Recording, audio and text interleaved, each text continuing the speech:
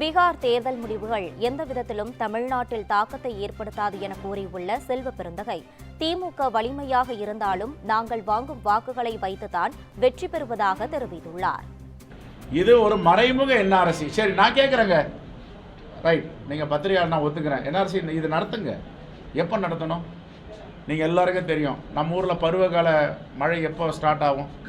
Start ஆகிடுச்சு இல்லை? இரு சார், இருங்க, இது நவம்பர், இருங்க. இப்போ நவம்பர் டிசம்பர் 15-16 வரைக்கும் பருவகால மழை பெய்ய போகுது. இதில் எப்படி மதியம் 2 மணி வரைக்கும் டீச்சர்ஸ் இருக்காங்க, அங்கன்வாடி ஊழியர்கள் இருக்காங்க, அரசு பணியாளர்கள் இருக்காங்க. எப்படி போய் வீடு சேர்க்க முடியும்? 78% கொடுத்துட்டோம், 93% கணக்கு கொடுத்துட்டு இருக்காங்க. எங்கள் மாவட்ட தலைவர் இப்போ சொன்னார், என்ன சொல்கிறாரு? நேராக போகிறாங்க, ஸ்கேன் பண்ணுறாங்க, கொடுக்கவே இல்லை, கொடுத்துட்டான்றாங்க. வெளி மாநிலத்தவருடைய வாக்குகளை இங்கே சேர்ப்பதற்கு முயற்சி செய்வார்கள். அதை முறியடிக்க வேண்டும். நம்முடைய தகுதியான வாக்காளர்கள் பெயர்களை நீக்குவதற்கு அனுமதிக்கக்கூடாது. தகுதியற்றவர்களை சேர்ப்பதற்கும் அனுமதிக்கக்கூடாது.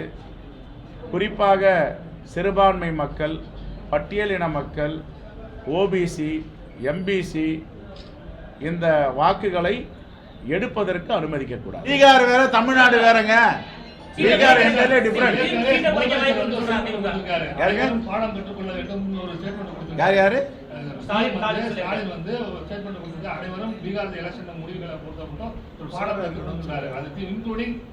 கவனமா இருக்கணும். எஸ்ஐஆர்ல கையை வச்சிருக்காங்க, வாக்குகளை திருடி இருக்காங்கன்ற மீனிங்ல தான் அவர் சொல்றாரு.